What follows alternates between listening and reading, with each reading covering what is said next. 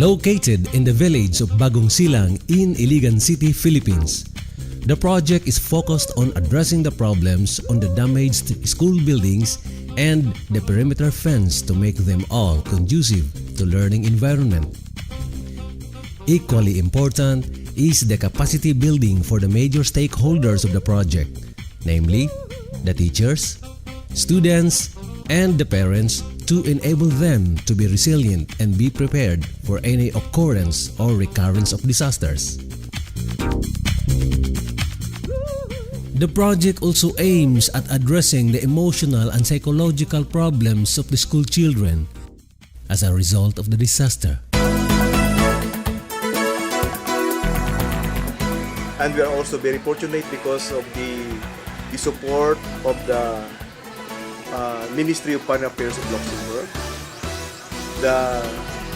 the Kolping, and also the TNS actually responded that they will support this project. And because they responded positively, so we forced this partnership project.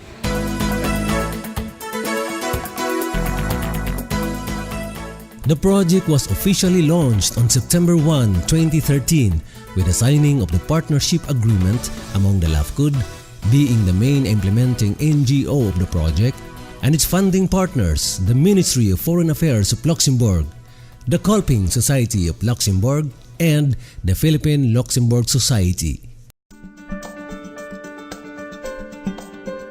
To ensure success of the project, LAFCCOD involved the expertise and services of their NGO network partners, the LIHUK or the Ligong Hiniusang Kusog sa Kabus, and the Sumpay Mindanao as support NGOs for the project.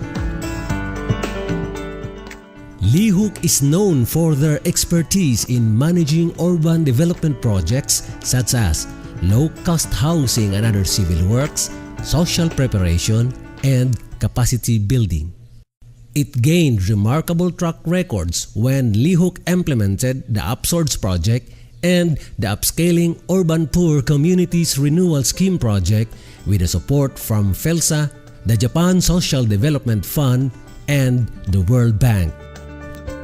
Sumpay Mindanao, on the other hand, was deeply involved in the disaster response and rehabilitation assistance and helped LAFCCOD conceptualize the Bagong Silang project. Coordination meetings were then held with the various stakeholders like the NGO network partners, school administrators, the parents, teachers, and community association to ensure maximum participation and cooperation. Then, on October 11, 2013, the project was presented to the parents of the students and the teachers of Bagong Silang Elementary School at the school covered court. Mrs. Esa Tefora, the school principal, presided over the meeting. She expressed her gratitude for the Luxembourg-funded project implemented by LAFCCOD and their support NGOs. On the same occasion, Mr. Fermin Flores Jr., the Executive Director of LAFCCOD, presented to the members of the Parents, Teachers, and Community Association the components of the project, which include repair of the damaged school buildings and the perimeter fence, food for work activities, capacity building which includes disaster risk reduction management activities and psychosocial activities, provision of school supplies to the children, and provision of other school needs such as cabinets, reference books, and computer for the library. Series of site inspections were then conducted by LAFCCOD engineers to identify which parts of the school that need to be repaired. Their findings and recommendations, which were approved by the Project Management Committee, include the following: repair of 5 classrooms, school library, guidance counseling office, science room, school canteen, home economics building, clinic, the perimeter fence, and steel gates. The preparation of the engineering plans and technical details then followed and subsequently approved by the Project Management Committee. Notice of award was then issued to the contractor and the signing of the contract between the LAFCCOD and the contractor was made and was witnessed by the members of the Project Management Committee and the project implementation team.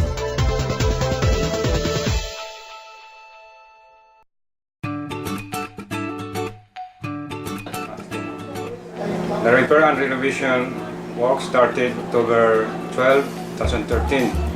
The work goes smoothly as per contract.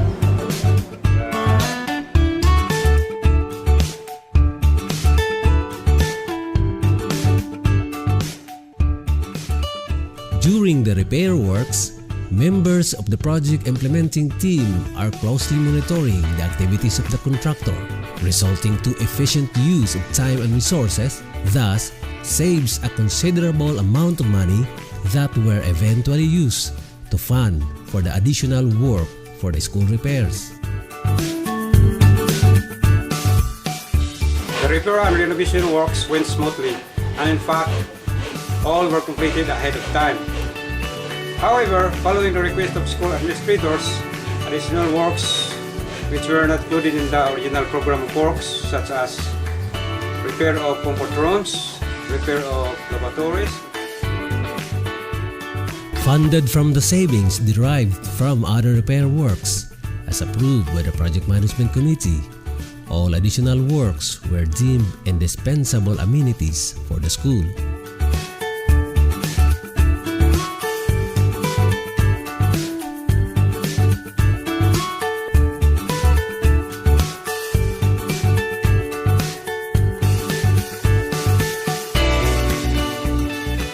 The project also helped generate jobs for the marginalized villagers.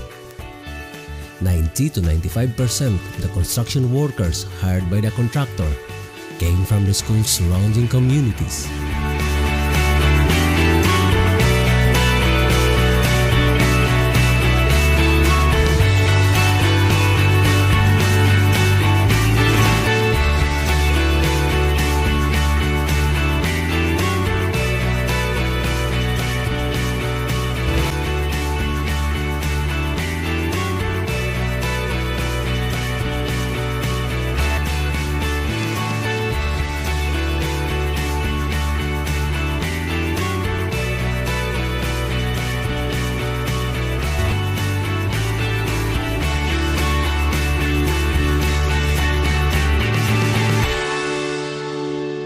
Big improvement. Nagwapo na itong room, nindot na.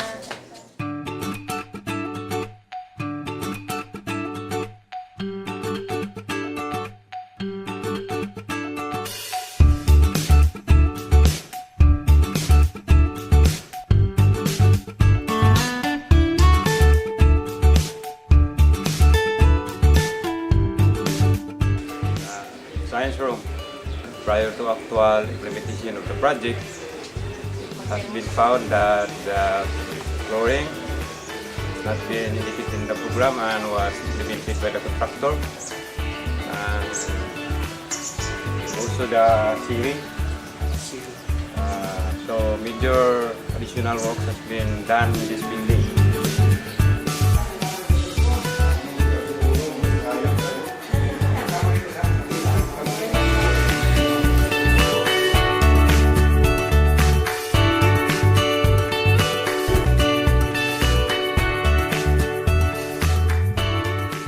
This was the former school canteen where major additional work was implemented on top of the original plan due to the request of the school principal to make it into a full functional classroom for the kindergarten students who were holding their classes on the stage.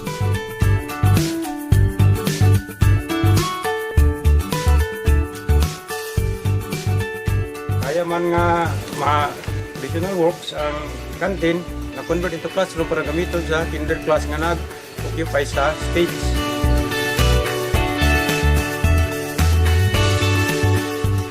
We're very happy now for the support of LAFCCOD, and now we have friendly classroom for kindergarten.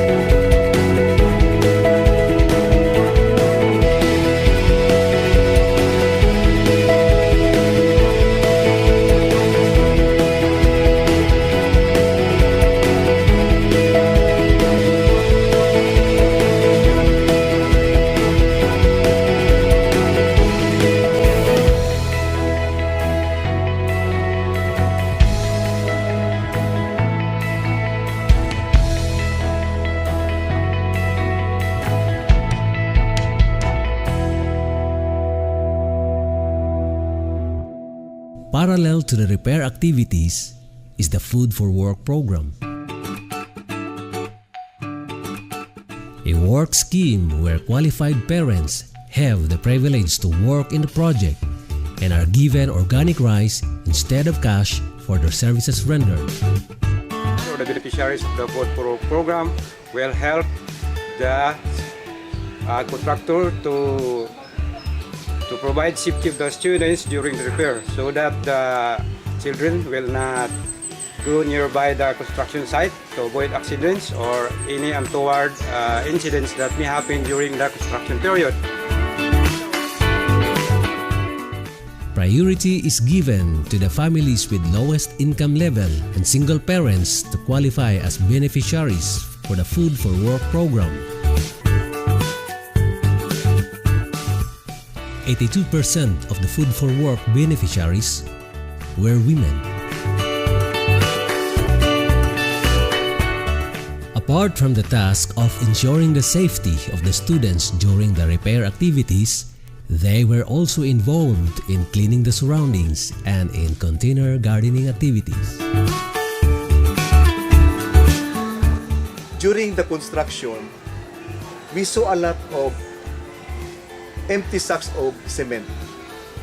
And what we did was we maximized this for the bio-intensive gardening, where the school and also the parents maximize these empty bags to plant flowers, and also for the parents to plant vegetables where they can maximize for their own consumption. And this is also one of our concrete expression or concrete manifestation of the waste management, which is also a problem of our communities now, no? And that most of the time it also contributed to the cloggings of the canals. So instead of throwing it anywhere, we maximize the empty sacks of cement for bio-intensive gardening of the school and also of the